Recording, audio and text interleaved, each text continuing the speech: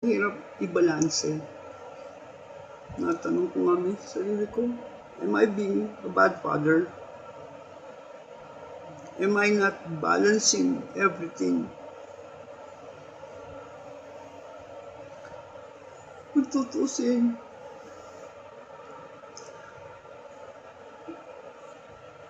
ano ba? Lahat namang ginawa ko. Didisiplina ko lang naman sila pag may mali.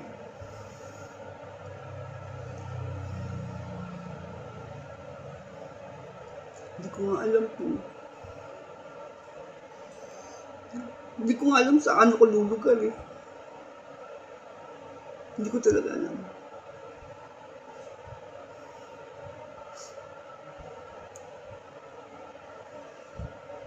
Ganun lang kabilis.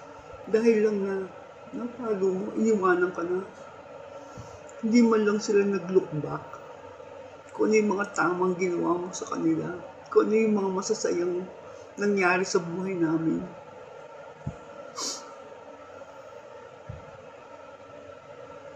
Hirap. Hirap yung dinadaanan ko lagi. Ang hirap. Araw-araw.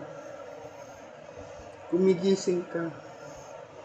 Na alam mo, pag-gising mo, wala ka maririnig na boses. Wala nang sisigaw sa'yo na sasabihin, Daddy, ano breakfast? Daddy, alis ba tayo?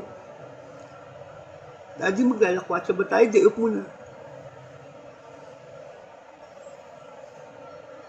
Pero dahil lang doon, na-disiplina ko lang. Nilayasan mo na ako.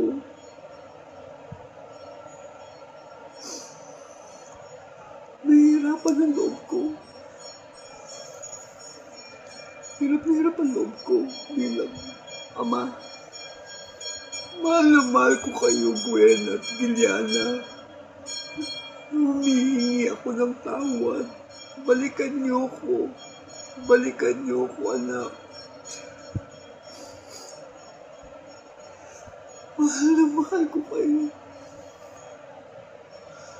Bigyan niyo ko ng tsansa na bumawi. Lahat ng mga kondisyon niyo, susundin ko.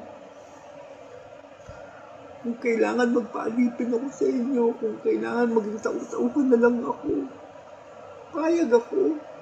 Basta nandito na lang kayo sa akin.